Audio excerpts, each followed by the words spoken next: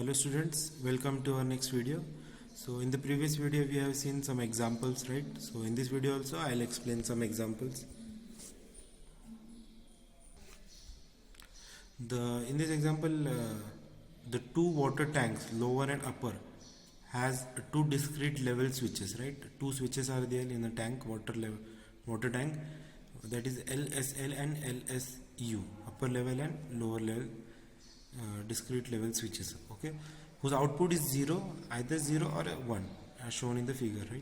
This is right? Either its output will be 0 or 1, okay, such that when water level is above L1, right, if the water level is above L1, then LSL, right, the second switch is on, and when the water level is above L2, if the water level is above the L2, then LSU is on, otherwise off, that is 0.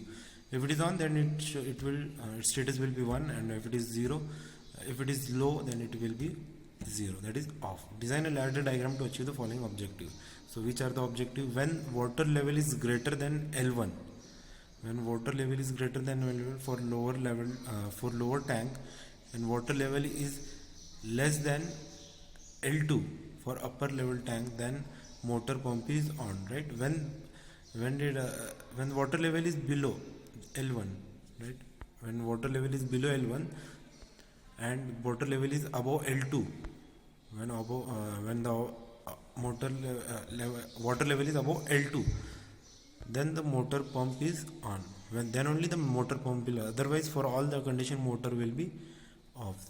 So we will use two push buttons to start and stop the motor, right? One push button for start and one push button for stop, right? The lower level switch and the upper level switch. So 0 0 means both the switches are off, then the motor pump will be off. If lower level switch is on, means the level is greater than, then and if the upper level limit is low, then the water level means that the water level tank is above L1, right? So the motor pump will be on. If it is low, if any of the condition is, means if it is 0 1, then it will be off, that lower tank is empty, right? And 1 1, if both are greater, then what will happen? Upper tank is full. Then it means that if both the status are high, then the tank is full. So motor pump should be on when start button is pressed. If I press the start button, then motor pump should be on. When pressed, if LSL is equals to 1, right, and LSU, lower limit and upper limit switch is 1 0, otherwise it remains off. When I press what are the addresses, right? For start button it is I0/0, stop I0/1, LSL for 0/2, LSU 0/3. So these are actually the buttons. So motor output, it is an output, right? So it will be denoted as, its address will be 0/0/0. When I press start button, then what will happen? When I start button, then its contact I get closed, right? Its contact get closed, and if the stop button is pressed, then its contact it will close, then I0/1 remain closed, right? If it is not pressed, then stop will be already in closed condition, right? And if water level of the tank is above L1, if the water level of the tank is above L1, then LSL will be on, and it's get closed. And if the water level of the upper tank is L2, then LSU will be off. Its NO contact remains in closed condition. When all the conditions are satisfied, right? If all the conditions are satisfied, on, off, right? If tank is full, and if it is not full, then if all that conditions will be true, then only the output O0/0 is on, that is motor will be in on condition. Very simple example, right? When it is start, then output, right, it is denoted here also 0/1, the output will be on, and it will remain, stop button will always remain stop. If the level is lower limit is satisfied, then this NO contact will be closed, and it is already closed, and the motor will be turned on because it is a true run condition. right? Very simple example. Next one is the draw ladder diagram for two lamps reds, two lamp reds and yellow having the following condition. Two lamps are there, red and yellow. When start button is pressed, red lamp is on, right? When I press the start button, the red lamp should be on. After 10 seconds, when the red lamp is on, means after 10 seconds of red lamp on, then yellow lamp should be off. When stop button is pressed, both lamps should be off. So this is the condition. Start button, the address is 0/0. Stop button 0/1. Output is red lamp. Three output is there, right? Red lamp, yellow lamp and timer, T on timer. Its address is T4:0. So when I press start button, its NO contact will be get closed and stop is already closed, then red lamp will be on, right? For timing after 10 seconds, so timer T on is used, time base and preset value is multiplied. Okay, the output is same, right? So this condition is also true. It will become NC because red is lamp address and this NO switch is has same address, so both the condition will be true and the timer will give the delay of 10 seconds. So with that, the DN will its DN will be enabled. Okay, so DN will be enabled and it will cause 10-second delay. After 10 seconds, the yellow lamp will be automatically glown. When the right, it's a very simple example, no need to explain this. Okay, so T on is used because to give the 10-second delay. So right, how actually the multiplication is done, the time base value and the preset value is multiplied so that we get the delay of 10 seconds. So after 10 seconds, the DN enabled DN bit is enabled in the right T on timer, and it will cause this switch to be NC, right? It will get enabled, or its condition will become true, and because of this true condition, yellow lamp will be glown. So this is the example, right? Next one is a draw ladder diagram for two lamps, again red and yellow, having the following condition. When start button is pressed, then both the lamp red and yellow will be on. If I'll press the start button, then both lamps should be on, yet red and yellow. When stop button is pressed, then red will be immediately off, but yellow will be off after 10 seconds. So these are the addresses, start, stop, right? We have to off that yellow, right? So we need off delay timer, right? Off delay timer, then these are the following addresses. So when I press the start button, right, then it will glow the red lamp. So red lamp has the address 0/0, the same address given to the switch O0/0 output address, so it will also become true. So after 10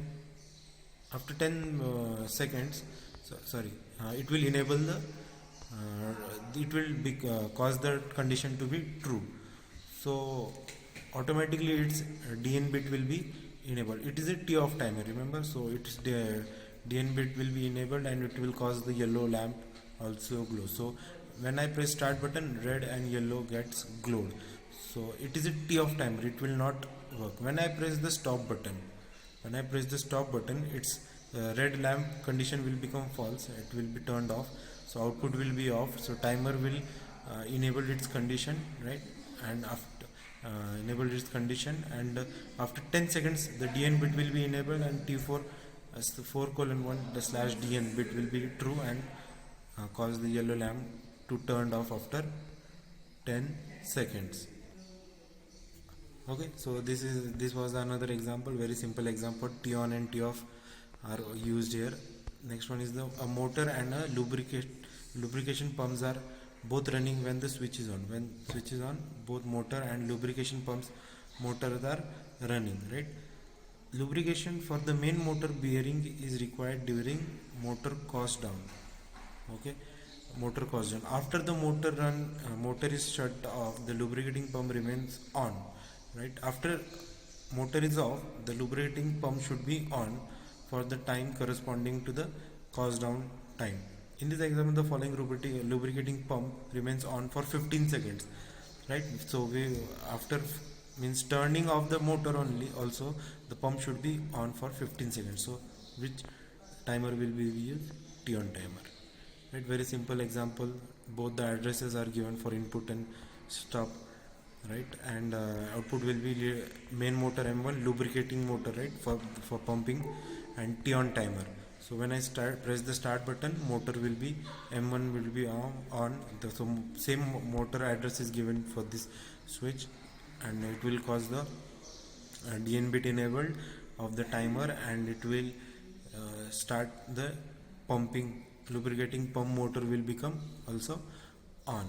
So we need to stop that motor, and the after 15 seconds the lubricating motor M2 will be turned off. So similarly, when I press the stop button, then the condition become false, and timer after 15 seconds enable the DN button, DN bit, and it will turn off the M2 motor after 15-second delay. So similarly, the same explanation is there. Next one is the two pulsar starts at the same time. Pulsar output J is pulse for 2 seconds at every 12 seconds. Pulse output K is the pulse for 2 seconds for every. No need to, it's actually the bit complicated example. Very simple also, but if I press the start button, right, so the bit B, pulsar bit, right, it will become on, right. So timer is used for, right, so time base is 1 second and PV is 12, so it will cause some delay, right. No need to explain this example. We will see more example like in this, the counter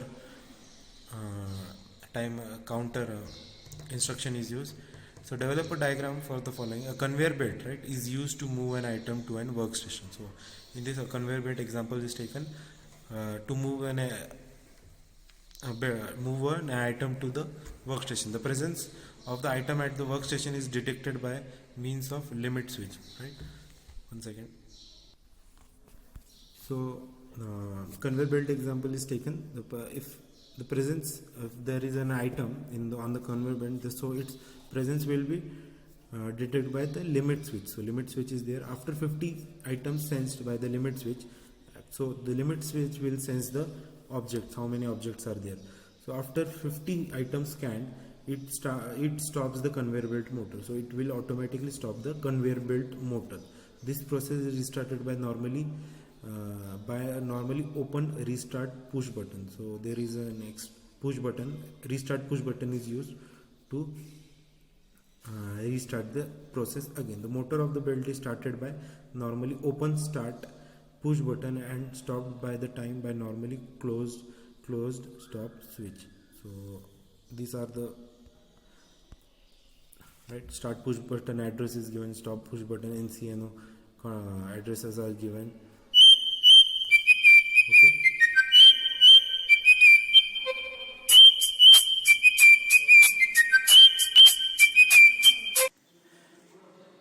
So there is also one restart push button is also there. So we can restart the process with this button. NO push button is there, right.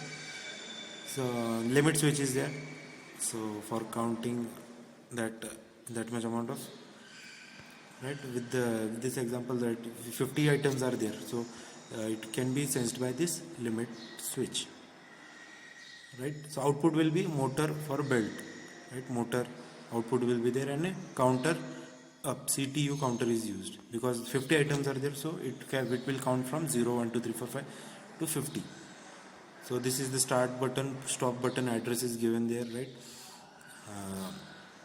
NC button is there, okay, and motor is there. Rung, this is the rung one. Limit switch is there for counting, right. CTU counter block is represented by this, and the counter output is denoted by CU. Then restart button is there, which will reset the process again. So when I press the start button, right, the output of motor will be glown. Okay, so it will start the motor. Then on that motor, with that motor, the belt conveyor will start to move. Then the conveyor belt will move, and when the first object it detects, it will start the counter. The limit switch will be enabled.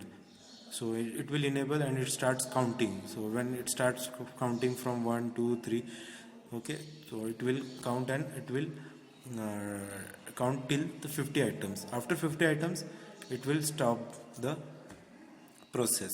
Then if we want to restart the process again, then I'll give the restart input here. Then I know will be get closed and it will reset the process.